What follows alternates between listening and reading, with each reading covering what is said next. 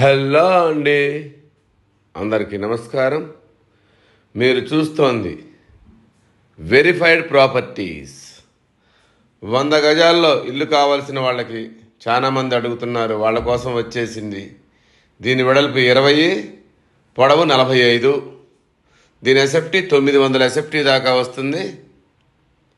ఇది north face house. ఇది ECIL నాగారంలో ఉంది. మెయిన్ రోడ్డుకి జస్ట్ 1 కిలోమీటర్ దూరంలో. ఇంటి చుట్టూ అన్ని విల్లాస్ ఉంటాయి.